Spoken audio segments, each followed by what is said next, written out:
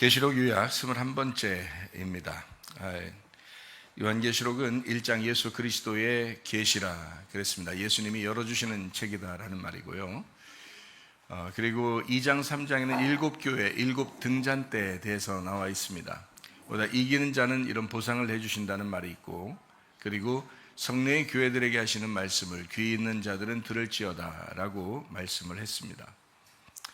4장 5장에는 내생물 24장로 하늘 예배에 대한 이야기가 나옵니다. 6장부터 9장에는 일곱인 일곱 나팔에 대해서 나와 있어요. 11장에는 두 증인 두 감람나무 두 등잔대에 대해서 나와 있습니다. 14장에는 14만 4천 명 순결한 신부에 대해서 나와 있죠. 16장부터 18장에는 일곱 대접 음녀 짐승 심판에 대해서 나와 있는 말씀입니다. 19장에는 어린 양의 혼인잔치 8절에 세마포 준비에 대해서 나와 있어요. 20장에는 영 아래서 첫째 불에 동참한다 생명책에 기록된다는 말씀이 있어요. 21장 22장에는 새 예루살렘 생명나무 주님을 기다림 아멘 이렇게 나와 있는 말씀들입니다. 우리가 믿음을 갖는데 어떤 믿음을 가져야 되느냐? 귀신보다 더 나은 믿음을 가지고 있어야 된다. 그래서 영혼 없는 몸이 죽은 것처럼 행함이 없는 믿음도 죽은 것이다 라고 하는 것은 나의 행함을 얘기하는 게 아닙니다. 사실은 예수 그리스도의 믿음을 가지고 예수 그리스도의 행함을 하는 것을 말하는 거죠. 그래서 수고하고 무거운 짐진 자들아 다 내게로 와라 내가 너희를 쉬게 하겠다라고 했습니다. 왜냐하면 주님의 일이라고 하는 것은요 가볍기 때문에 그렇습니다. 주님의 일은 쉽기 때문에 그렇습니다. 왜 그렇게 주님의 일이 어렵지 않고 쉬우냐, 왜 가벼우냐라는 것은 주님의 믿음으로 하기 때문에 그런 것이죠. 예수님이 십자가 못 박혀 돌아가시고 부활하셨어요. 그러니까 이미 그분의 일은 다 완성이 됐거든요. 그래서 이미 완성된 일을 우리가 따라가는 것이기 때문에 사실 주님의 믿음만 가지면 어렵지 않게 따라갈 수 있다는 거죠. 근데 내 믿음 가지고 내 힘으로 내 노력으로 가려면 너무 수고하는 거죠. 너무 힘들죠. 그러니까 그런 사람들 주님께 오라 이제 이렇게 말하는 건데, 율법에 있는 사람들아 은혜로 와라, 율법에 있는 사람들아 복음으로 와라, 이제 그런 말씀들입니다. 그러면 이제 쉽다. 복음은 쉬운 거고 은혜는 아주 가볍고 쉬운 것이다 라는 그런 말씀입니다. 그렇기 때문에 우리가 어떤 수고를 하느냐, 다시 말하면 영혼의 구원을 위해서 어떤 믿음을 가지고 살아가느냐, 내 믿음 가지고 살아가느냐, 예수 그리스도의 믿음으로 살아가느냐, 이제 이런 게 중요한 거죠. 우리가 육체적인 삶을 살다가 영적인 삶을 사는 것 참 중요하죠. 그래서 음녀의 삶을 살다가 신부의 삶으로 돌아서는 것, 이걸 거듭남이라고 이렇게 말하는 거거든요. 그러면 땅의 운명으로 살다가 하늘의 운명을 타고 살아가는 것, 이것을 거듭남이라고 말합니다. 자, 우리가 태어날 때부터 우리가 가진 성격, 특성들이 있습니다. 뭐 어떤 것은 좋고 어떤 것은 뭐 좀 좋지 않고 이런 것들도 있겠죠. 다 그 사람 개인적으로 그 개성을 다 이제 살려주는 것 참 좋습니다. 그런데 다른 사람을 피해주고 이러면 안 되겠죠. 그러니까 그런 것들을 이제 성경에서 뭐라냐면 육체의 일이다. 너 육체의 삶이다. 그런 거는.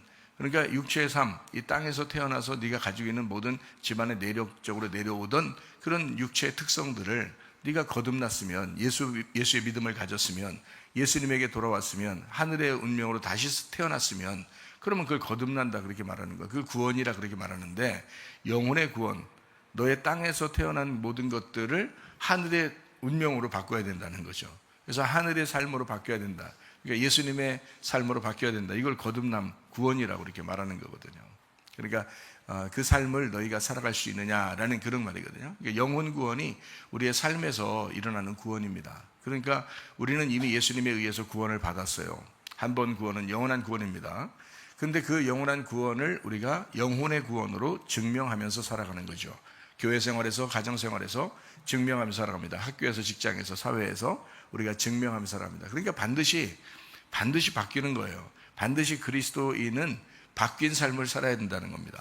누구에게나 거침돌 되지 않고 누구에게나 둥글둥글하게 이게 자꾸 부드러운 심령을 가지고 살아가게 돼 있죠. 왜냐하면 거듭났으니까, 다시 태어났으니까, 내 특성이 아니니까, 내 믿음이 아니니까, 내 노력으로 내 수고로 살아가는 사람이 아니니까, 주님 안에서 살아가는 사람이니까 바뀐 거죠. 그러니까 땅의 운명이 아니고 하늘의 운명으로 사는 사람이니까, 영혼의 구원을 증명하며 사는 사람이니까 뭐가 달라도 다르죠.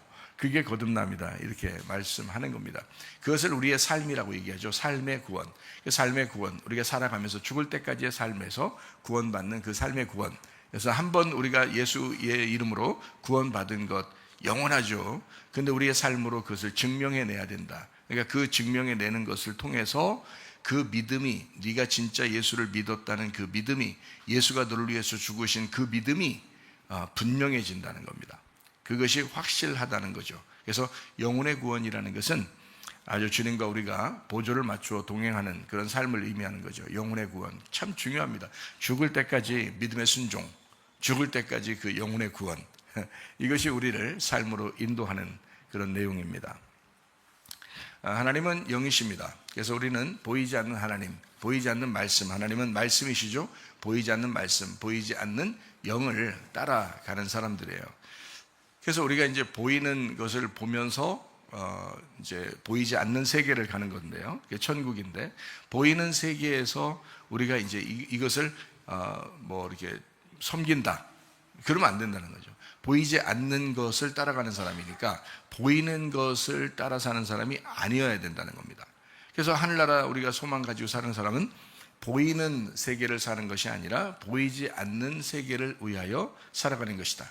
이것이 이제 영적 세계다, 말씀의 세계다라고 하는 그런 것입니다. 그러니까 여러분, 보이는 것을 따라서 사는 게 편하겠어요? 보이지 않는 세계를 따라 사는 게 편하겠어요? 보이지 않는 세계는 어렵죠. 안 보이니까. 근데 늘 보이는 세계를 가지고 이제 살아간다는 거죠. 그렇게 되면 이제 여러분은 껍데기를 살아가는 것이다, 이렇게 되는 거예요. 성경에서는 그거는 껍데기를 살아가는 거다. 자, 속을, 내용을 살아가야지, 속의 진짜를 살아가야지 그림자를 살아가면 되겠느냐, 실제를 살아가야지 라는 그런 말씀이죠. 그래서 성경 우리에게 보이지 않는 믿음, 이것이 진짜 믿음이다. 그래서 이거를 진짜 실제적인 믿음, 실제다. 그러니까 실제를 따라가는 것은 보이지 않는 믿음을 가지고 살아가는 것이다 라는 그런 이야기입니다. 계시록은 우리가 이제 1장부터 14장까지를 우리가 같이 보았기 때문에 여러분이 1장부터 쭉 14장까지 보니까 어때요? 한 번에 쭉 이야기하면 좀 요약이 되죠, 그죠? 이제 계속해서 요약이 된단 말이죠. 계시록 1장에는 예수 그리스도가 열어주시는 계시의 책이다라는 7교회에게 쓰시는 하나님의 말씀이다라는 그런 얘기고요. 1장에서 예수 그리스도가 계시하면 2장, 3장부터 이제 진짜 교회, 7교회가 나오죠. 그래서 7교회는 7등잔 때, 7교회, 7등잔 때에 대한 이야기가 나오는데 예수 그리스도께서 그들과 함께 있다라는 겁니다. 그리고 이제 거기에는 이기는 자는 다 보상을 내려주시고, 그리고 성령의 교회들에게 하시는 말씀을 귀 있는 자가 듣는다. 7교회라고 하는 것은 우리 마음 안에서 7개의 특성을 가지고 있다라고 볼 수 있고요. 교회 안에서 이 사람과 저 사람은 7가지, 그러니까 이 사람 저 사람 이렇게 해서 7가지의 특성을 교회 안에서 볼 수 있고, 그리고 이 교회 저 교회 해서 이 교회는 이런 특성, 저쪽 교회는 저런 특성, 이렇게 할 수 있고요. 또 시대적으로도 7개의 특성으로 이 시대까지 내려왔다. 시대적으로 보는 사람들은 이제 틀림없이 지금 시대를 어느 시대라고 보겠어요? 라우디게아 시대라고 이제 보는 거죠. 그죠? 미지근하다, 뜨겁지도 않고 차지도 않다, 미지근하다, 하나님이 토하에 내친다, 이제 이렇게 보게 되겠죠. 그래서 지금 시대를 라우디게아 시대라고 이렇게 보는, 그건 이제 시대적으로 보기 때문에 그런 것입니다. 그러나 사실은 그 7개의 특성이 우리 마음 안에 다 있죠. 예를 들어서 7 귀신 들린 여자가 있었는데 7 귀신 들린 여자를 예수님께서 이제 고쳐주시죠. 마찬가지로 7개의 특성을, 악한 7개의 특성이 있고 교회의 7개의 특성, 예수님의 그 교회의 7개의 특성을 가진 사람들도 있다는 겁니다. 그러니까 가나안 땅도 7 족속을 다 내쫓고, 그리고 이스라엘 백성들을 그쪽에 이제 심는 거죠. 하나님의 씨를 심는 겁니다. 마찬가지로 우리 속에 있는 7 귀신을 쫓아내고 7개의 특성인 교회의 특성을 우리가 가지고 있어야 된다라는 그런 말입니다. 그래서 거기에는 악한 특성도 있고 좋은 특성도 있다, 7교회에는. 그래서 주님의 교회 안에서도 악한 특성이 있고 좋은 특성이 있다. 그러니까 너희들이 이제 회개해야 된다, 이렇게 말하죠. 7개의 말씀하는 성령의 교회들에게 하시는 말씀을 귀 있는 자가 들어라, 이제 이렇게 말씀하고요. 그리고 이기는 자, 거기서 이제 이기는 자는 뭘 이기는 거예요? 뭘 이기는 자는 보상을 해주신다는 거예요? 간단해요. 요한계시록을 전체적으로, 뭐 성경 전체적으로 봐도 마찬가지인데요. 성경 전체적으로도 그렇고 요한계시록 전체적으로 봐도 그렇고 뭐와의 싸움인 것 같아요? 육체와의 싸움이에요. 그러니까 육체와의 싸움에서 이기는 걸 얘기하는 거예요. 그러니까 특징적으로요, 육체는 보이는 거고요, 그리고 영은 보이지 않는 겁니다. 그러니까 육체라고 하는 것은 이 세상을 따라가게 돼 있어요, 본질적으로. 근데 영은 하나님을 따라가게 돼 있습니다. 그러니까 교회는 신부가 돼야 되니까 음녀의 삶을 살지 않고, 음녀는 이제 보이는 세계를 사는 거고요, 신부는 보이지 않는 세계를 사는 겁니다. 그래서 이긴다라고 하는 것은 이기는 사람에게 보상 준다. 그만 육체와의 싸움이에요. 여러분 개인적으로 여러분 속에 육체가 있어요, 없어요? 있어요. 여러분 속에 보이지 않지만 그게 육체라는 게 있어요. 그래서 육체적으로 나타나는 거. 여러분이 속에 육체가 영적으로 있잖아요. 악한 영이란 말이에요. 악한 영적인 육체가 있다고요. 그런 게, 그것을 여러분이 살아가요, 이게. 그러면 육체적으로 겉으로 드러난다고요. 겉으로 드러난다고요. 그게 보이는 거잖아요. 그럼 다른 사람에게 피해를 줄 수도 있고 자기 자신에게도 피해를 줄 수 있다는 거죠. 그러니까 그 육체적인 삶, 그거와의 싸움이에요. 그것을 이겨야 된다라고 말씀을 하는 것입니다. 그 다음에 이제 4장, 5장입니다. 이것은 내생물 24장로 하늘 예배에 대한 이야기를 하는 것이죠. 그러면 내생물 24장로 하늘 예배라고 하는 것은요, 영적 예배를 의미하는 것입니다. 내생물이라고 하는 것은 짐승, 네 발을 가진 짐승과의 반대를 설명하려고 하는 것이죠. 그래서 어린 양, 신부, 어린 양을 따라가는 신부, 그리고 어린 양을 따라가는 새 예루살렘. 그래서 생물이라고 하는 것은 하늘 예배, 그러니까 성막 성전에서 예배를 드리잖아요. 이게 이제 영적 예배를 드리면 살아있는 생물이 되는 거고요, 죽어있는 보이는 예배를 드리면 짐승이 되는 것입니다. 보이는 그것이요. 그래서 성막 성전을, 건물을 섬긴다라고 할 때는 짐승이 되는 거고, 영적으로 이제 살아있는, 영적으로 살아있는 호흡을 가지고 하나님 앞에 예배 드린다 그러면 이제 내생물 24장로 하늘 예배가 되는 것입니다. 그러니까 이렇게 구분하는 거예요. 다 그러니까 뭘 속에 보면 전체적으로 뭘 구분하는 거예요? 육체와 영을 구분하는 거예요. 그렇죠? 쉽죠? 예, 그렇게 놓고 이제 성경을 이렇게 하나씩 이렇게 비교해 나가면 결국에 여러분 속에 육체와의 싸움, 육체와 영의 싸움이라는 거죠. 그러니까 결국 누구와의 싸움이냐면 자기가 자기와의 싸움이라는 거죠. 예, 그걸 설명해 주는 것이 성경입니다. 그러니까 성경이 거울이라고 그러고 자기를 비추는 것이라고 그러고, 성경은 다른 사람에게 보여주는 게 아니라 자기를 볼 수 있도록 만든 책이 성경이라는 겁니다. 예, 그래서 성경은 아주 근본적으로 자기 자신을 비추는 거울과 같다, 본보기와 같다. 그래서 구약에 있는 모든 인물들도 사실은 나를 알려주기 위해서, 나를 발견하게 하기 위해서 있는 존재들이다라는 거죠. 그래서 우리가 주님을 만나서 주님과 내가 있는데 이것이 나를 따라갈 거냐 아니면 주님을 따라갈 거냐라는 그 구분을 성경에서 얘기하는 거예요. 나는 반드시 뭘 따라가겠어요? 육체를 따라가겠죠. 주님을 따라가는 사람은요, 영을 따라가려고 하겠죠. 그러니까 영과 육체의 싸움이라는 거죠, 결국에는. 예. 자, 6장에 보면, 6장에는 이제 4분의 1가량을 파괴하는, 특별히 이제 파괴가 시작되는데요. 일곱 나팔에 대해 6장부터 9장에 나오는 얘기인데, 그것은 파괴를 의미하는 겁니다. 그래서 8장, 9장 3분의 1가량을 이제 파괴하는, 그러니까 4분의 1을 파괴하고 3분의 1을 파괴, 점점 더 많이 파괴했다는 뜻이에요. 그 다음에 이제 7 대접에 들어가면 완전히 다 이제 파괴해 버립니다. 그러니까 성경은 이제 점진적으로 우리를 파괴시키는 거죠. 그러면 점진적으로 누가 채워지는 거예요? 나를 점진적으로 내가 파괴되면 점진적으로 주님이 채워진다는 얘기예요. 예. 그러니까 결국 나의 죽음을 얘기하는 거죠. 성경, 여러분 침례 왜 받아요?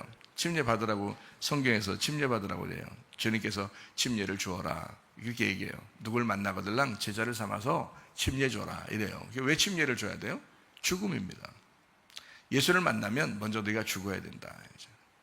그러니까 죽었다 안 죽었다, 요거를 가장 첫 번째로 나타나는 게 뭘까요? 죽었다, 이 사람이 죽었다 안 죽었다, 가장 첫 번째로 나타나는 게 뭘까요? 교만입니다. 교만이냐 겸손이냐. 그러니까 겸손은 죽은 거고요, 교만은 살아있는 겁니다. 예, 그러니까 그게 가장 첫 번째예요. 여러분, 사탄이 왜 사탄이에요? 대적자거든요. 하나님의 대적자. 그럼 하나님의 말씀을 대적한다 해서 그 사탄인데요. 그 사탄이 왜 사탄이에요? 하나님을 왜 대적하는 거예요, 도대체가? 하나님은 말씀이신데 그 말씀이신 하나님을 왜 대적하는 거예요? 대적하고 싶은 거예요, 이놈이. 그러니까 이게 교만한 거야. 겸손하면 끝나는 건데, 겸손하게 가만히 있으면 되는 건데, 이게 교만한 거야. 그래서 말씀을 대적하는 거예요. 그러니까 자기가 사탄인지도 몰라. 이게 사탄은 특징이 사탄 짓을 하는 거예요. 근데 교회에서도 똑같아요. 자기가 살아있으면 자기가 사탄 짓을 하는지도 모르고 사탄 짓을 해. 그러니까 겸손한 사람은 죽어. 자기가 죽어. 자기가 사라져버려. 그러니까 말씀에 순종하려고 그래. 말씀에 순종하려고. 자기 자신이 없어져. 자기가 많이 없어진 사람이 교인, 진짜 주님의 나라의 백성인 거고요. 자기가 많이 아직도 살아있는 사람은 하나님 나라 백성이 아니에요. 그러니까 교만하냐 겸손하냐. 자, 사탄은 교만이 특징입니다. 그죠? 여러분 성경적으로 보니까 교만이 특징이에요. 하나님을 대적한단 말이에요. 그러니까 하나님이 뭔데요? 말씀이에요. 그러니까 교회에서도 가장 사탄적인 사람이 누구겠어요? 교만한 사람이요. 말씀을 대적하는 자예요. 말씀이 나오면 일단 여러분 순종해야 돼요. 그게 겸손이야. 자기를 돌아보라고 성경이 나오는 건데, 그죠? 자기를 돌아보면 겸손한, 말씀 앞에서 겸손해야 된다, 순종해야 된다라는 그런 말씀입니다. 그러니까 교만하면 안 된다는 거죠. 자, 6장부터 이제 가만히 생각하면 그게 6장에 이제 가만히 보면요, 계시록 6장에는 스가랴 6장과 똑같은 내용입니다. 그게요, 요엘서 2장과 똑같은 내용입니다. 사도행전 2장과 똑같은 내용이에요. 그러니까 사도행전 2장에는 요엘서 2장을 갖다가 설명했어요. 얘기를 했어요. 그게 이제 오순절날 성령 충만에 이루어진 겁니다. 그러니까 그걸 뭐라고 얘기하냐면 베드로후서 3장에서는 이제 다 하늘과 땅이 다 사라져버리는 그런 종말이다, 이렇게 말세다 얘기하는 거고요. 사도행전 2장에서 너희에게 말세가 임했다는 거예요. 말세가 임했다. 그리고 요엘서 2장에도 종말에 그 말세에는 이런 일이 벌어진다라고 얘기하는 거거든요. 그것이 이제 스가랴 6장하고 요한계시록 6장에 똑같은 내용으로 나와요. 그러면 그 똑같은 내용으로 나왔다는 얘기는 뭘 얘기하는 거예요? 말세, 세상이라는 나라는 세상을 말세, 종말이 와야 된다는 거지. 그래서 그 종말을 가져오려고 계시록 6장부터 시작하는 거예요, 이렇게. 그러니까 결국에는 우리 없애려고 그러는 거예요. 그러면 아이고 나 없어지면 뭐 어떻게 해요? 너 없어지면 네가 더 생겨나는 거야. 그러니까 땅의 운명으로 태어난 너가 없어질수록 하늘의 운명을 가진 너가 다시 더 살아나는 거예요. 그러니까 땅의 운명으로 우리가 자꾸 땅의 운명을 가진 육체의 삶을 자꾸 살아가려고 하다 보니까 이게 안 죽어서 그런 거지. 그죠? 그럼 이것이 이제 내가 죽으면 죽을수록, 땅의 것이 죽으면 죽을수록 하늘의 것이 자꾸 살아난다는 거지. 그러니까 예수가 내 속에서 살아난다. 침례받음으로 내가 죽고 예수가 부활하신다. 그렇게 살아간다는 거죠. 그러니까 나는 죽고 예수가 살아간다. 내 믿음도 없고 예수 그리스도의 믿음으로 살아간다. 갈라디아서 2장에 나오는 말씀이죠. 우리가 내가 그리스도와 함께 십자가에 못 박혔나니 그런즉 이제는 내가 사는 것이 아니요. 왜 그렇게 말하겠어요? 십자가 못 박혔어요. 그러니까 내가 사는 게 아니에요. 자, 다른 말로는 침례 받았어요. 죽었어요. 이 말이에요. 내가 사라졌어요. 그러면 뭐가 남았어요? 예수 그리스도가 남았어요. 예수 그리스도 부활하신 주님이 남았어요. 그 주님의 믿음으로, 예수 그리스도의 믿음으로 살아가는 것이로다. 이렇게 얘기하는 거죠. 그러니까 이 삶이 완전히 바꾼 삶이에요. 내 삶을 예수 그리스도 하나님의 아들의 삶으로 바꾼 거, 이걸 거듭남이라고 해요. 다시 태어났다. 너 위로부터 다시 태어났다라고 하는 걸 다시 태어났다, 거듭났다 이렇게 하는 거예요. 그러니까 이 땅에서 다시 태어났다는 게 아니에요. 거듭났다는 말은 하늘로서, 위에서 다시 태어났다는 뜻이에요. 그러니까 땅에서 태어난 내가 위에서 다시 태어난 거야. 이걸 거듭났다 그러죠. 구원받았다, 영생한다, 이렇게 말하는 것입니다. 그러니까요, 계시록 6장부터 9장에 있는 내용들은 굉장히 중요한 내용들이죠. 왜냐하면 나를 파괴시키는, 내 세상을 없애는, 나의 세상에 종말이 찾아오는, 나에게 말세가 찾아왔다. 정말 감사한 일이다, 이런 거죠. 여러분 진짜 회개 한번 해보셔요. 그러면 이게 무슨 말인지 여러분 이해가 될 것입니다. 자, 4분의 1가량 파괴, 3분의 1가량 파괴, 그리고 완전하게 나를 파괴하는 그런 내용들을 이야기할 수 있습니다. 자, 계시록 10장에는 입에 달고 배에 쓰고 그리고 다시 예언하리라 라는 그런 말씀이 있습니다. 애굽, 광야, 가나안 3일길이죠. 그리고 뜰, 성소, 지성소라는 그런 3일길을 얘기합니다. 주님을 경험해야 된다는 그런 말씀입니다.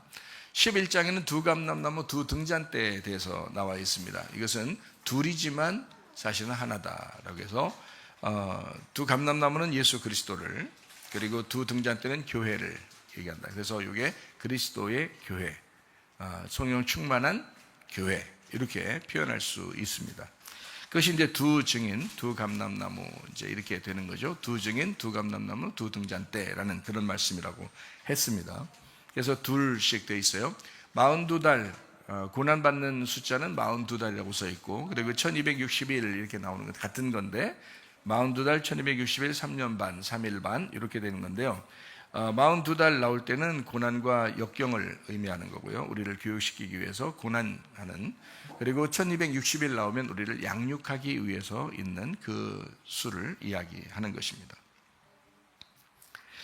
자, 그리고 이제 12장입니다. 12장에 보면 이제 1260일 여자와 그 아이에 대한 이야기가 거기에 나와 있죠. 그리고 용, 옙뱀, 마귀, 사탄에 대한 이야기가 나오면서 영적 세계에서 전쟁이 있다, 이제 이런 이야기를 합니다.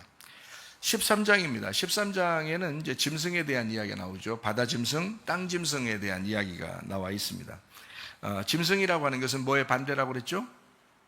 짐승은 생물의 반대라고 그랬죠. 생물의 반대. 그리고 생물은 이제 누가 중심이냐면 어린 양이 중심이에요. 그래서 어린 양을 따라가는. 그러니까 어린 양, 내생물 24장로는 어린 양 앞에, 어린 양 예수 그리스도 앞에 이제 예배드리는 자들을 얘기하는 거잖아요. 그리고 이제 짐승이라고 하는 건 반대를 얘기하는 거예요. 그래서 13장에 짐승이 나온다 그러면 짐승이 뭘까, 누굴까, 뭐 이렇게 얘기하는데, 지금도 짐승이 있고 예전에도 짐승이 있었고 계속해서 적그리스도 짐승은 있습니다. 그러니까 앞으로도 계속 있는 거고요. 예전에도 계속 있어 왔어요. 그러니까 그 짐승이라고 하는 그 적그리스도라고 하는 것은요, 그리스도를 대적하기 위해서 나온 거예요. 그리스도를 대적한다는 말은 반대로 나와야 되겠죠. 그래서 어린 양이 그리스도면 짐승이 반대로 나오는 거죠. 그래서 어린 양과 반대, 짐승 이렇게 나오는 거죠. 어린 양은 죽임을 당한 자, 그리고 짐승은 죽이려고 하는 자를 얘기하는 거죠. 그러니까 여러분과 제가 어떻게 삶을 살아가야 될지 알겠죠, 그죠? 우리가 내가 죽으려고 하면 어린 양 따라가는 거고요. 내가 살으려고, 다른 사람을 죽이려고 그러면 짐승이 되는 겁니다. 네, 무슨 말인지 알겠죠, 그죠? 어떻게 주님을 따라가느냐라고 하는 그 삶을 이야기할 수 있습니다. 이제 짐승이라고 하는 게요, 이렇게 보면 됩니다. 짐승을 우리가 4발 가졌잖아요. 4발 가진 걸 짐승이라고 그래요. 그래서 내 생물도 마찬가지예요. 우리의 호흡과 같은데요, 그게 살아있는 거죠. 이렇게 4발 가진 짐승과 같은 생물이니까, 생물 4발 가진 짐승 같은 건데, 육체적인 예배를 드리는 삶을 살면 짐승이 되는 거고, 영적인 삶을 살게 되면 생물이 되는 거다, 이렇게 보는 겁니다. 그래서 이걸 어떻게 보는 거냐면요, 겉과 속으로 이렇게 보는 거예요. 겉과 속으로. 어떻게 이제 성경을 우리가 보냐면, 성경에서는 이스라엘의 내용, 이스라엘에 대한 내용, 이스라엘의 역사에 대한 내용이 성경에 다 기록되어 있죠. 그러면 이스라엘을 하나님이 사랑하겠어요, 안 하겠어요?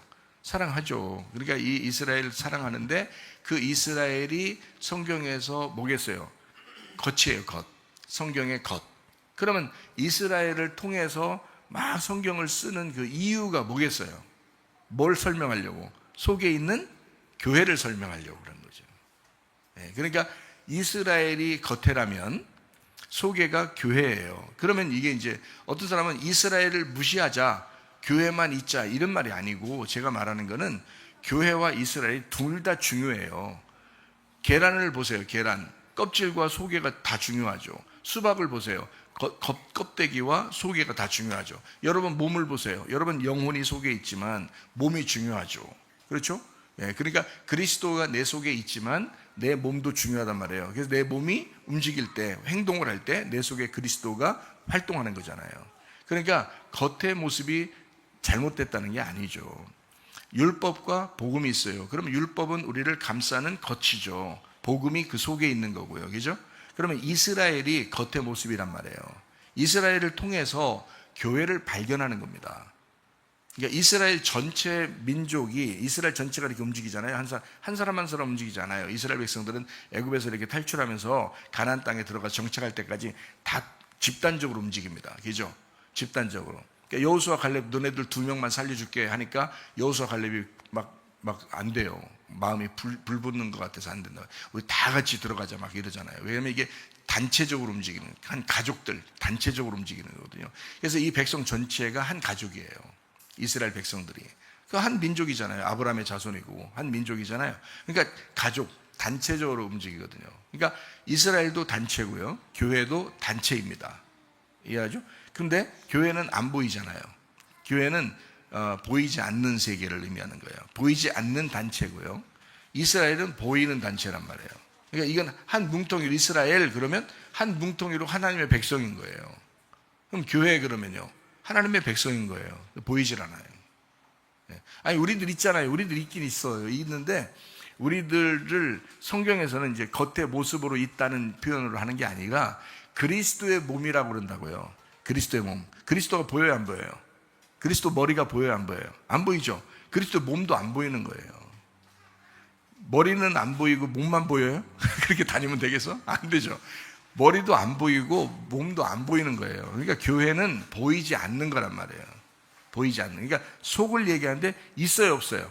있다는 거죠. 있긴 있어요. 근데 안 보인다는 거지. 자, 무슨 말인지 알겠죠? 그래서 겉의 모습을 이제 겉의 모습이라고 하는 거를 있잖아요.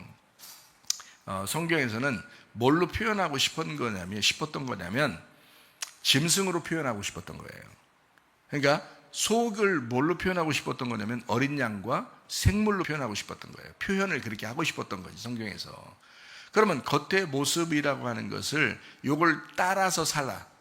그러니까 자, 속에 있는 내용이 중요한데, 복음이 중요한데 율법을 따라 살아. 그러면 예수님이 와가지고 어때요? 그 사람들을 뭘 따라간다 그래? 너희들 사탄 따라간다 그러죠? 너희들의 애비가 사탄이다 그러죠? 짐승 따라가는 사람들. 그러니까 왜냐면 그 사람들이 뭘 따라갔기 때문에 그러냐면 겉을 따라갔기 때문에 그런 거예요. 근데 그 속에 내용이 있었던 거예요. 그러니까 예수님이 그 속에 내용을 가르쳐 주러 오셨다고요.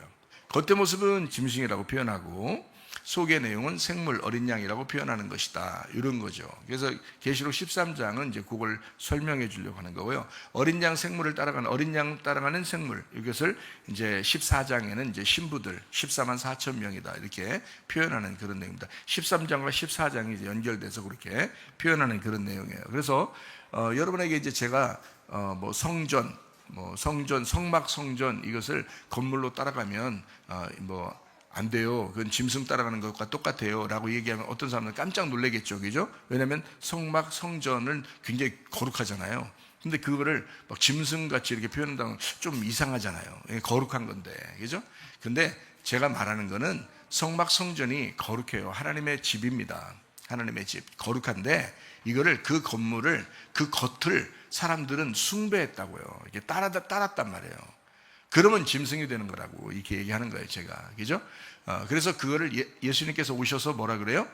예루살렘도 성전도 다 무너질 것이다. 그래요. 그죠? 왜냐면 예수님이 자기가 그것 때문에, 너희들의 껍질 때문에 내가 왔다는 거죠. 너희들의 껍질 때문에 내가 와서 너희들을 위해서 내가 죽는 거야. 내 껍질이 죽는 거야. 그래서 그 껍질을 성전이라고 표현한 겁니다. 예수님이요. 그래서 그 껍질을 죽을 것이다 라고, 파괴될 것이다 라고 얘기했고, 그러면 이제 뭐예요? 뭘 세우기 위해서예요? 껍질이 파괴된다는 건 뭐가 드러나기 위해서예요? 속에 있는 내용이 드러나기 위해서 그렇잖아요. 그 부활 되신 예수님이란 말이에요. 부활하신 예수님. 그래서 이거를 성경 요한계시록에서는 정확하게 뭐라고 표현한 거냐면요, 옛 성전이 있고 옛 예루살렘이라는 게 있다. 그게 껍데기야. 그래서 속에 있는 내용, 그러니까 새 성전 그리고 새 예루살렘이 있는 거야 라고 계시록의 21장 22장에 나와 있죠. 그러니까 그게 왜 그러냐면 새 성전 새 예루살렘이라고 하는 게, 새 성전이 예수님이야, 새 예루살렘이 신부야. 그래서 예수님과 부활한 예수 그리스도와 부활된 신부들, 이걸 만나는 것이 완성이야. 이게 속의 완성이야. 이게. 근데 겉으로 있는 것들은 다 뭐야? 겉에 있는 거는 옛날 성전, 옛날 예루살렘을 따른다 이 말이지. 사람들이 겉에 건물을 따른다는, 겉에 껍질을 따른다는 거지. 자, 보세요. 그러면 이것은 뭐라고 하냐? 이거는 옛날이니까, 옛날이요 라는, 이게 짐승을 따른 거고 음녀가 되는 거지. 그래서 그렇게 구분한 거예요. 자, 이해가 되시겠죠? 그죠? 예, 그래서 어린 양을 따라가는 성전을 품에 품고 있는 새 예루살렘을 뭐라? 신부라 이렇게 말해요. 예, 그러니까 옛날 성전을 품고 옛날 예루살렘으로 살아가는 자들을 뭐라? 음녀라 이렇게 표현하는 거예요. 자, 그러니까 율법에 매여 있는 자들을 율법이 나쁜 게 아니에요. 율법이 나쁜 게 아닌데 율법에 매여 있어 뭘 몰라? 복음을 모른다는 거지. 복음을 모른다는 거지. 그래서 율법에 매여 있다 이렇게 말하는 거고, 예수님이 그 바리새인들한테 맨날 혼내잖아요. 너희들 율법에 매여 있다고, 잘못됐다고 그러잖아요. 그거 혼내는 거예요. 근데 혼내는 건 사랑하기 위해서 그러죠. 왜 혼내는 거예요? 껍질 벗겨주려고 그러는 거예요. 바리새인들 정말 사랑하니까 껍질 벗겨주려고 하는 거란 말이에요. 그래서 속에 있는 복음을 깨닫게 해주려고 하는 것이었다라는 그런 말이에요. 자, 그러니까 여기 계시록이 참 중요하죠, 그죠? 이 성경을 이렇게 가만히 보니까 유의하게 되고 앞에 있는 내용들도 왜 그렇게 말씀하시고 왜 얘기했는지가 성경이 다 설명하고 있잖아요. 무슨 말인지 알겠죠? 이렇게 딱 구분해서 설명하고 있었다라는 그런 내용들입니다. 결국에는 옛 성전, 옛 예루살렘이 나를 말하는 것입니다. 옛날의 나. 옛날에 나가 뭐예요? 여러분 태어날 때 여러분 집안에서 태어난 너를 말하는 거예요. 그러면 교회 왔어요. 거듭났어요. 새로 태어났어요. 하늘로서 다시 태어났어요. 위로부터 다시 태어났어요. 예수의 사람이 됐어요. 예수의 믿음으로 살아요. 이걸 새 성전, 새 예루살렘, 신부가 됐다. 나를 얘기하는 거예요. 거듭난 나를 얘기하는 거예요. 그죠? 그러니까 옛날 성전, 옛 예루살렘은 누구를? 옛날 돌아가시기 전에 예수님을 말하는 거예요. 그러면 새로운 성전, 새로운 예루살렘은요, 부활하신 예수님을 말하는 거예요. 간단하죠, 그죠? 아주 간단합니다. 근데 이 간단한 문제가 여러분 속에서 여러분을 죽이지 않으면, 여러분이 죽지 않으면 절대로 예수 그리스도가 여러분 속에서 부활하지 않습니다. 그러니까 끝까지 가는 거예요. 한번 이게 여러분도 생각해요. 그 고집이 얼마나 세요, 사탄이. 사탄이 얼마나 교만하겠어요. 그러니까 이 사탄이 교만하죠, 고집 세죠. 끝까지 가자는 거예요. 교회 다니면서. 나중에 죽어보면 알죠, 뭐. 심판받을 때 하는 거죠, 뭐. 그러기 전에 회개하시라고. 철저하게 겸손하시라고. 말씀이 증거될 때 겸손하시라고. 그게 여러분 살 길이에요. 그게 여러분 이 마지막을 준비하는, 종말을 준비하는, 말세를 준비하는, 주님의 재림을 준비하는 사람 유일한 한 가지, 회개하시라. 천국이 다가왔다. 그거예요. 하나님 말씀은 동일하게 주님 오실 때부터 지금까지 여러분의 종말이 임할 때까지 늘 동일합니다. 회개하라, 천국이 다가왔다. 동일한 복음입니다.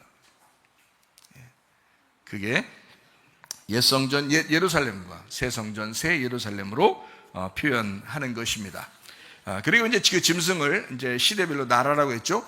바벨론, 메데파사, 그리스, 로마. 자, 시대가 바뀌면서도 나라가 계속 있었잖아요. 그죠? 자, 이 로마라는 나라가 뿔뿔이 흩어지는데 계속해서 지금까지도 그가 짐승의 노릇을 하는 것들이 지금도 있다라는 겁니다. 그것을 나라라고 그래요. 그럼 결국에 저는 얘기하는 것은, 자, 어떤 나라일 거야. 자, 그 나라가 또 지나면 또 다른 나라가 돼요. 또 그 나라가 또 지나면 또 다른 나라가 돼요. 생각해 보세요. 지금까지 그렇게 바뀌어 오는 거잖아요. 그 짐승이라는 게, 그 적그리스도라는 게. 그렇죠? 다니엘 7장에 나와 있는 그 짐승, 다시 말하면 바벨론, 메데파사, 그리스, 로마라고 하는 그 나라가 이렇게 점점점 내려왔다. 그럼 앞으로도 계속 그 2000년 사이에 계속해서 점점 나라가 바뀌면서 또 이제 나오잖아요. 마찬가지로 계속 짐승은, 적그리스도는 계속 나오고 있었다는 거예요. 지금도 있고 앞으로도 나와요. 우리가 이 땅에 존재하는 한 계속 짐승은 나옵니다. 적그리스도는 계속 나와요. 666은 계속 나오는 거예요. 그 시대마다. 그런데 문제는 이것이 이제 우리에게 이거 다가올 때, 이 짐승이 계속해서 적그리스도로 우리에게 다가오는데 우리는 여기서 어떻게 살아야 되냐, 어떻게 빠져나와야 되냐, 이 666에서 어떻게 빠져나와야 되냐 하는 게 그 성경의 말씀이죠. 우리에게 가르쳐주고 싶은, 주님께서 가르쳐주시는 그런 말씀이죠. 말씀입니다. 종말입니다. 주님의 재림입니다. 이것은 주님께서 십자가 못 박혀 돌아가시고 부활할 때부터 말세예요. 계속 말세예요. 지금까지. 우리의 세계는 계속 말세를 살고 있어요. 종말을 살고 있단 말이에요. 예수님 부활하신 데면 다 끝났는데, 생각해봐요. 다 이뤘다, 다 끝났는데 생각해봐요. 그러면 종말이죠. 다 끝난 거지. 그러면 지금 우리가 살아가는 동안요, 겉에 껍질이 필요하다겠죠. 그래서 겉에 껍질을 보면서 네가 분위기를 알아라.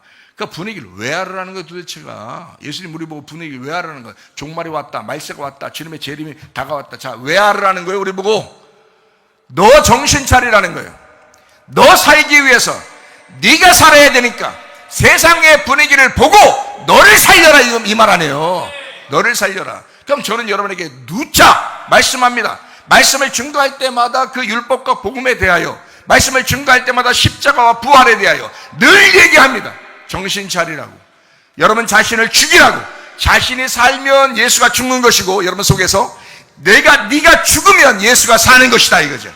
그것이 복음이라는 거예요. 성경의 가르침입니다.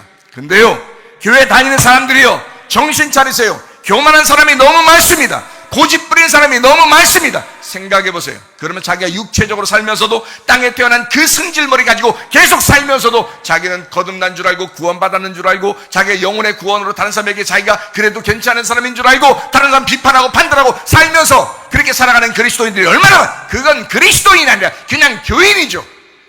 그리스도인은 그럴 수 없습니다. 그리스도인은 거듭난 사람, 다시 태어난 사람, 구원받은 사람, 말씀 안에서 살아가는 사람, 그리스도의 신부가 된 사람, 자기가 죽은 사람, 이게 그리스도인이죠. 정확하게 알아야죠. 교회가 말씀대로 알아야죠. 말씀에 없는 대로 그냥 막 짓거리면 다 그냥 그거 받아들이고 좋은 말하면 그거 그렇게 사는 게 그게 그리스도인입니까? 솔직하게 교인과 그리스도인을 주님 성경 말씀은 구분하잖아요. 음료와 신부를 정확하게 구분하잖아요. 그러면 여러분에게 그 구분해서 자, 네가 음료로 살아라 라고 얘기하려는 목사가 어디 있습니까? 신부가 돼야 된다 라고 얘기하려다 보니까 음료 같은 우리가 부딪히는 거예요. 그 말씀에 이해가 되시겠습니까? 여러분 영적으로 승리하시기를 바랍니다. 믿음으로 사셔야 돼요. 겸손하셔야 돼. 고집 부리지 마요. 우리의 대통령이 어디 있어요? 예수 그리스도가 우리의 대통령이지. 이해가 돼요? 예수 그리스도만이 우리의 왕이시오, 예수 그리스도만이 우리의 주인이 되십니다. 요한계시록 14장입니다. 14장 3절 4절 말씀이죠. 그들이 보좌 앞과 네 생물과 장로들 앞에서 새 노래를 부르니 땅에서 속량을 받은 14만 4천 밖에는 능히 이 노래를 배울 자가 없더라. 이 사람들은 여자와 더불어 더럽히지 아니하고 순결한 자라 어린 양이 어디로 인도하든지 따라가는 자며 사람 가운데서 속량함을 받아 처음 익은 열매로 하나님과 어린 양에게 속한 자들이라. 14만 4천 명 여자와 더럽히지 아니한 순전한 사람, 순결한 사람들을 얘기합니다. 요한계시록 14장 11절 12절 말씀입니다. 그 고난의 연기가 세세토록 올라가리로다. 짐승과 그의 우상에게 경배하고 그의 이름표를 받는 자는 누구든지 밤낮 쉼을 얻지 못하리라 하더라 라고 했습니다. 성도들의 인내가 여기 있나니 그들은 하나님의 계명과 예수에 대한 믿음을 지키는 자니라. 왜 인내가 필요한가? 짐승의 표를 받지 아니하고 그리고 그리스도 어린 양을 따라가려고 하다 보니까 인내가 필요하다, 그런 얘기죠. 계시록 14장 13절 말씀입니다. 내가 들으니 하늘에서 음성이 나서 이르되 기록하라. 지금 이후로 주 안에서 죽는 자들은 복이 있도다 하시매 성령이 이르시되 그러하다. 그들이 수고를 그치고 쉬리니 이는 그들의 행한 일이 따름이라 하시더라. 자, 이렇게 무슨 말이냐면 주님 안에서 죽는 자가 복이 있다. 그러면 옛날에 그렇게 말씀하셨으면요, 자, 죽는 자가 복이 있다라고 말씀하셨으면 지금은 이 말씀이 우리 말씀이 아닌가요? 지금도 주님 안에서 죽는 자가 복이 있다라고 말씀하는 거죠. 성경은 우리에게 사실 결론적으로 뭘 얘기하냐면 너 죽어야 돼, 이게 우리에게 결론이에요. 그래야 우리가 부활하니까. 그래서 그런 거거든요. 죽어야 돼 라는 그런 말입니다. 계시록 14장 14절 말씀입니다. 또 내가 보니 흰 구름이 있고 구름 위에 인자와 같은 이가 앉으셨는데 그 머리에 금멸관이 있고 그 손에 예리한 낫을 가졌더라. 심판하는 주님을 얘기하는 거죠. 구름과 천사는 같은 것입니다. 사도행전 1장 8절부터 11절까지 말씀입니다. 성령이 너에게 임하시면 너희가 권능을 받고 예루살렘 온 유대와 사마리아와 땅끝까지 이르는 내 증인되리라 라고 말씀했습니다. 이 말씀 마치고 그들이 보는데 올려가시니 구름이 그를 가리워 보지 않더라 했습니다. 올라가실 때 제자들이 자세히 하늘을 보는데 흰 옷 입은 두 사람이 그들 곁에 서서 이르되 갈릴리 사람들아 어찌하여 서서 하늘을 쳐다보느냐. 너희 가운데 하늘로 올려주신 예수의 하늘로 가심을 본 그대로 오시리라. 구름과 천사를 같이 표현하고 있습니다. 계시록 14장 19절 20절 말씀입니다. 천사가 낫을 땅에 휘둘러 땅에 포도를 거두어 하나님의 진노의 큰 포도주 틀에 던짐에 성 밖에서 그들의 틀이 밟히니 틀에서 피가 나서 말 굴레까지 닿았고 1600 스타디온에 퍼졌더라라고 되어 있습니다. 진노의 포도주 틀, 이거 디모스입니다. 디오, 큰 연기를 내다라는 말이고요. 열정, 훈련, 단련을 의미합니다. 그러니까 하나님의 그 진노라고 하는 것은 우리를 심판해서 없애버리려고 하는 의도가 나쁜 의도가 아니라는 거죠. 우리를 훈련하고 단련하고 그 연기를 낸다. 이제 이런, 그러니까 하나님의 그 열정이라고 하죠. 하나님의 열정, 하나님의 그 열심이라고 볼 수 있습니다. 1600 스타디온 40 곱하기 40이죠. 그리고 4 곱하기 4 곱하기 100 이렇게 되죠. 40 곱하기 40 이렇게 됩니다.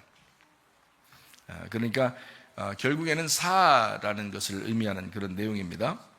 땅의 포도 열매가 밟혔다. 그러니까 다시 말하면 하늘의 열매가 아니죠. 너의 수고, 너의 노력 이런 것들이 다 밟히게 될 것이다. 창세기 15장 16절 말씀 보니까 네 자손은 4대 만에 이 땅으로 돌아오리니 이는 아모리 족속의 죄악이 아직 가득 차지 아니함이니라 하시더라. 그래서 가장 어두울 때, 죄악이 다 드러나 있을 때, 죄악을 인식할 때, 그때 회개의 정점이 될 때 이스라엘이 그 땅을 차지하게 될 것이다 라는 그런 말씀이거든요. 레위기 13장 13절 말씀에도요, 나병이 온몸에 퍼지면 정한 것이 된다라고 이야기합니다. 그러니까 죄가 더 이상 감출 수 없다 그러면 하나님 보실 때 우리를 깨끗하다, 정하다 이렇게 보는 거죠. 가늠한 여자가 다 발가벗겨져서 현장에서 잡히면 더 이상 도망갈 자리가 없는, 도망갈 수 없는 그런 여자, 이런 사람은 주님께서 용서하시고 이제 정하다 이렇게 말씀을 하시는 겁니다. 자, 여러분과 제가 이렇게 살아가면서 계시록 14장 3절 4절 있는 그런 말씀처럼 인내함으로, 믿음으로 승리하는 그런 사람들이 되시기를 바랍니다. 자, 요한계시록 15장을 우리가 한번 읽고 마치도록 그렇게 하겠습니다. 요한계시록 15장의 1절의 말씀에 보니까 하늘의 크고 이상한 다른 이적을 보매 7 천사가 7 재앙을 가졌으니 곧 마지막 재앙이라 하나님의 진노가 이것으로 마치리로다 라고 되어 있습니다. 7 천사가 7 재앙을 가졌다. 잘 생각해 보셔야 돼요. 7이라는 것은 뭐라겠어요? 성경에서 무조건 좋은 거라 그랬죠. 그런데 7 천사가 나오고요, 그 다음에 7 재앙이 나오죠. 그러니까 7은 무조건 좋은 건데 재앙도 7이에요. 그죠? 7 천사 7 재앙. 자, 목적이라는 게 뭐겠어요? 그러니까 딱 보니까 목적이 뭐예요? 구원하시려는 목적입니다. 그죠? 왜냐하면 7이 나왔다고 하는 것은 일단 구원하려는 목적을 가지고 있다. 이게 주님이거든요. 주님의 천사, 주님의 재앙이에요. 그러면 뭐예요? 구원하시려는 목적이죠. 잘 생각해보면 금방 알 수 있죠. 요한계시록 15장 2절 말씀입니다. 또 내가 보니 불이 섞인 유리바다 같은 것이 있고 짐승과 그의 우상과 그의 이름의 수를 이기고 벗어난 자들이 유리바닷가에 서서 하나님의 검은 고를 가졌다라고 했습니다. 그 짐승의 숫자를 이겼다라고 하는 거, 짐승의 숫자가 뭐죠? 짐승의 수가 13장에 나와 있잖아요. 666이잖아요. 6이잖아요. 그죠?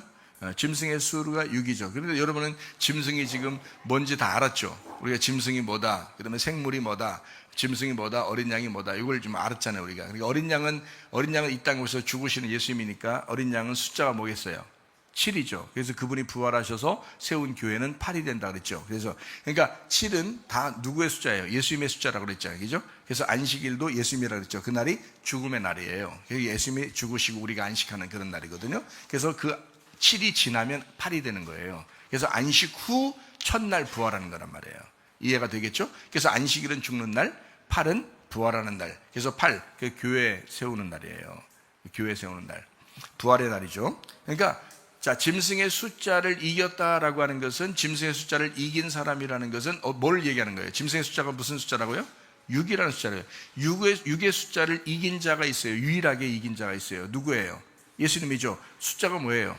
7이죠. 그러니까 6이라는 숫자를 유일하게 이긴 자가 7이에요. 그러니까 유일하게 이긴 자를 따라가는 사람도 하나님의 아들들이죠. 그래서 그를 이긴 자들이다 이렇게 말하는 거예요. 그러니까 6을 이긴 자들이다 이렇게 말하는 거죠. 그러니까 우리 6이라는 건 뭐 우리 한글 글자도 비슷한 게 있어요. 육체, 육 이렇게 육을 이긴 자, 그러니까 영을 따라가는 자 이렇게 되잖아요.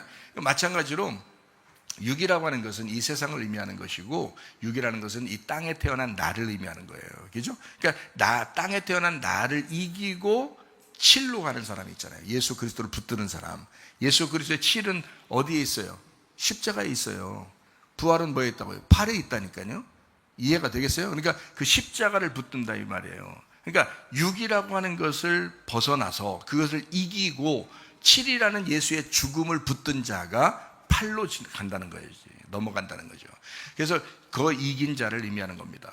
그런 사람은 유리바다가에서요. 유리바다라고 하는 것은 다 투명하단 말이에요. 그러니까 다 열렸다 이 말이에요. 말씀이 열렸다 이렇게 되는 거고요. 그리고 하늘의 찬양, 하늘의 기도가 된다 이렇게 말씀하는 겁니다. 그게 검은고입니다. 자, 그래서 그 이름의 수를 이기고 벗어난 자들, 육을 이기고 칠이 된 자들, 이해가 되겠죠? 예, 그렇게 말씀을 하는 겁니다. 자, 요한계시록 15장 6절 말씀입니다. 7 재앙을 가진 7 천사가 성전으로부터 나와 맑고 빛난 세마포를 입고 가슴에 금띠를 띠었다. 자, 누구의 모습과 비슷한가요? 예수님의 모습과 비슷하죠. 7 재앙과 7 천사, 다 주님을 의미하는 그런 숫자들이라고 했죠. 거기에 목적이 뭐라고요? 재앙을 줘서 막 괴롭히려고 하는 목적이에요? 아니면 어때요?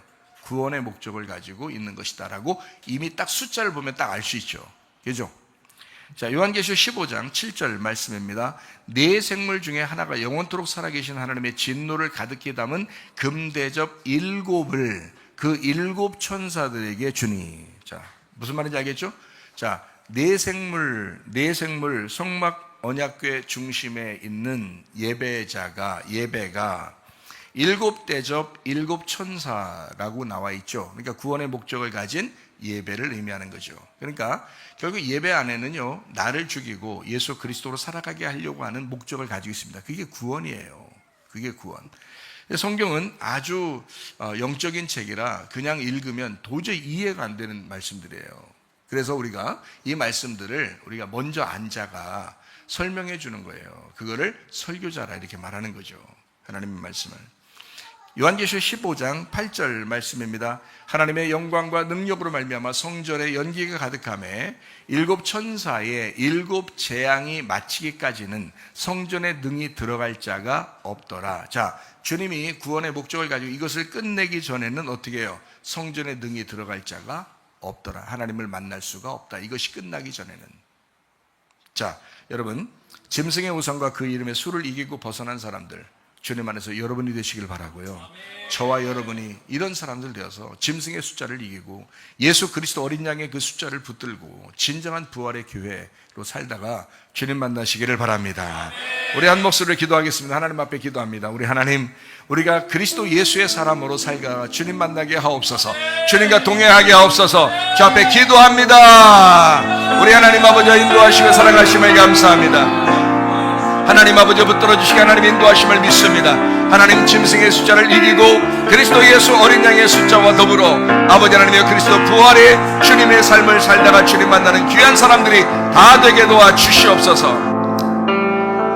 비염은 떠나갈지어다, 아토피 떠나갈지어다, 위장병 떠나갈지어다, 어지럼증 사라질지어다, 두통은 사라질지어다, 류마티스 관절 떠나갈지어다, 어깨 통증 사라질지어다, 어루디스크 목디스크 떠나갈지어다, 심장병 온전해질지어다, 각종 종양 암돌이 떠나갈지어다, 감기 몸살 온전해질지어다, 협착증 사라질지어다, 건선피부 온전해질지어다, 이명은 사라질지어다, 자가면역 질환 온전해질지어다, 식도염 사라질지어다, 유리기습 떠나갈지어다, 우울증 불면증 환자의 두런무란 초조 다 떠나갈지어다, 음란 거짓 도출 미움 욕심이 다 떠나갈지어다. 우리 하나님 아버지, 몸이 연약하여 하나님 앞에 예배드는데 지장받는 사람도 있습니까? 우리 하나님, 머리부터 발끝까지 하나님 만져주셔서 건강하게 도와 주시옵소서. 하나님 앞에 예배드리며 주님과 동행하다 주님 만나게 하옵소서.